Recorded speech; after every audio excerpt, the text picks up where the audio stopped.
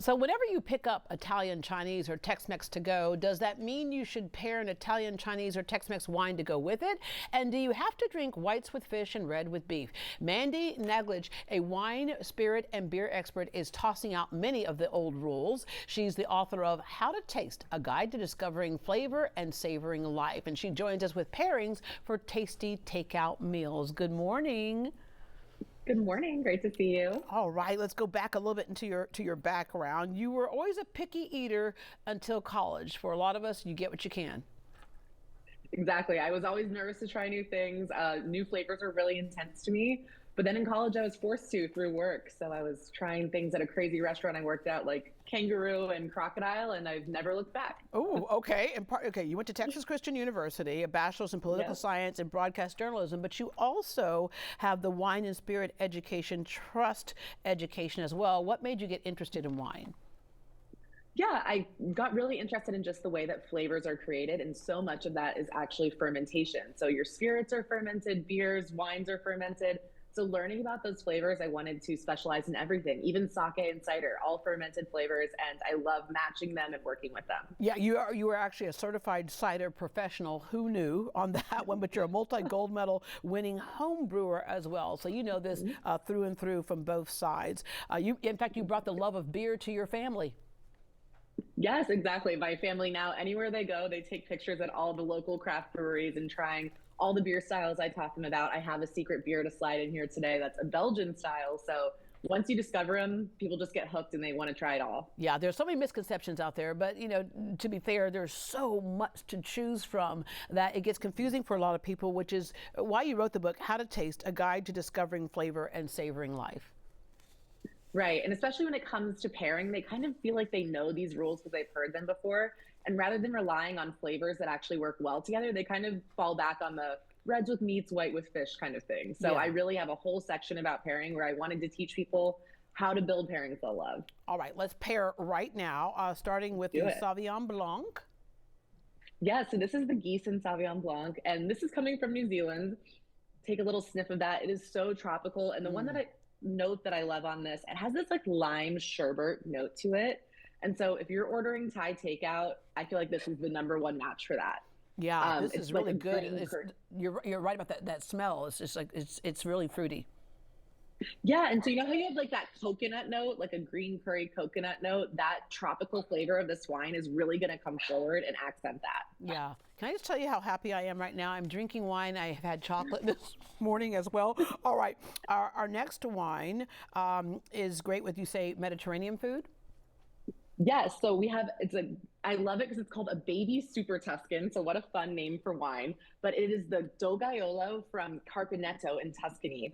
And it's what it's going to be. It's like a light bodied bread. People think of breads as like super intense and heavy, but this has a really light body and high acidity. So with something like a grilled kebab, you're going to really accent that char flavor, which I love, but it's also light enough to go with things like a whipped feta. You know, you have that fruitiness.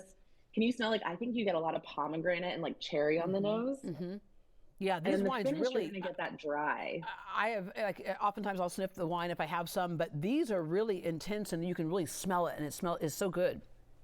Right. And that aroma is really great, but then it's not going to be too intense for your food. It's not going to, like a Mediterranean salad, it's not going to overwhelm that at all. Yeah. So it's really, and Mediterranean's my favorite food. I love to just order a ton of different dips and bite it all. And this is going to have the fruitiness for some of the lighter stuff, but those vanilla and wood notes for some of your heavier dishes like the kebabs. Yeah, and might I say, oftentimes with sommeliers, they will, and you will taste the wine and spit it out. Is it okay if I just don't? I have nothing to spit it out in, so I'm having to really drink it. You know, you're going to start your morning off great. And I think swallowing a little bit is really important for that mouthfeel, actually. So just getting a little bit of how it feels in your throat. This one's going to have a little bit of dryness, but the next one's going to dry your throat out even a little bit more. And that's a really big quality of the wine. So a little sip and swallow never hurts. Yes. Okay. Well, the Critic Cabernet Sauvignon, this one right here I have, and you're right. This one's like a little bit drier on the tongue, but is great for. Right. Well, and it's going to run you, it's from Napa. It's going to run you under $20, which for the Critic, I think is amazing. You don't usually see that with a Napa cab.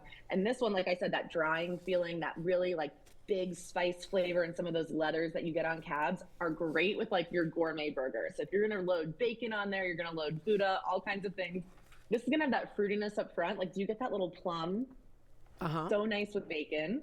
And then the end, that dryness that you get from the wood aging and that typical cab feel is really going to cut through any kind of fattiness, not going to make you feel heavy after a burger. Yeah, and that's what I was going to ask you. It's kind of like that balances it out to be a little dry, but you do have a little bit more of that grease in the burger and thing that you talked about, in the bacon and stuff. Exactly. So, all right. Right. So those two mouthfeels with like that little bit of grease and that drier wine, it's so nice together. And especially at home on your couch, under $20 for an Napa cab, like, you're having a good date night, whether with someone or yourself, you know? Yeah, right, right. All right, let's go to our last one here, which is not a wine, right?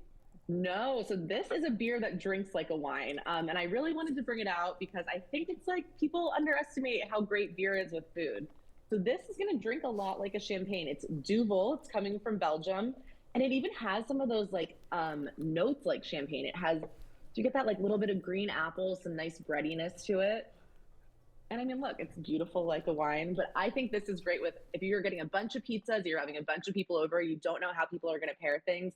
This is great with any kind of rich topping. Spicy pizza slice, it's going to be great. That high carbonation is really going to clean off your tongue, keep it from being too spicy. But something like, you know, bacon, blue cheese, barbecue pizza, it's also going to be really great. Those little bready notes are going to keep it from being too heavy and really complement nicely with any pizza crust, any topping, and the carbonation is going to keep you coming back. Yeah, we're gonna have to get you to be live here in town at some point because, you know, of course, you said it tastes like a champagne. We know we love champagne and chocolates, but these chocolates that we just had in the segment before you are so amazing and diverse. You really can get savory in the chocolate and the whole bit, and mix it with something that works. But oh my gosh, I'm thinking I'm champagne and chocolate right here. I'm a happy girl. Beer, champagne, and there chocolate. There you go. Yeah, and like I said, in this beer, all those crazy toppings he used, it will be great. You can't go wrong with this as a pairing. It's one of my go-to secret weapons that people are always surprised by. Yeah. All right. Let's round out with, again, when people get so confused, they oftentimes go back to the same thing over and over and over again. Challenge us to expand our horizons. Yeah, so I think, especially like I said, all these are under $20. Go try something new, grab it from the store, and rather than thinking, oh, it's from Italy, I need to pair with Italian food, think about how intense the flavors are. How long do they sit on your palate? That intensity is the best way to match wine. So if something's not too intense, it's not sticking around on your palate, it's not heavy and greasy, go with things that are lighter, you know, your salads, your sushis, your fish, your chicken. If it's hanging around, you have that long aftertaste, that's when you're going for your richer things, maybe your chocolates, your desserts, or something richer like pizza and burgers. Yeah, so yeah. really it elevates about those dishes. intensity. Yeah, we're the most diversity in the country, so fusion is one of the things we do. So let's start doing some fusion with all of it. All right, thank you so much for joining us this morning. Great to see you again. Cheers. Right, cheers.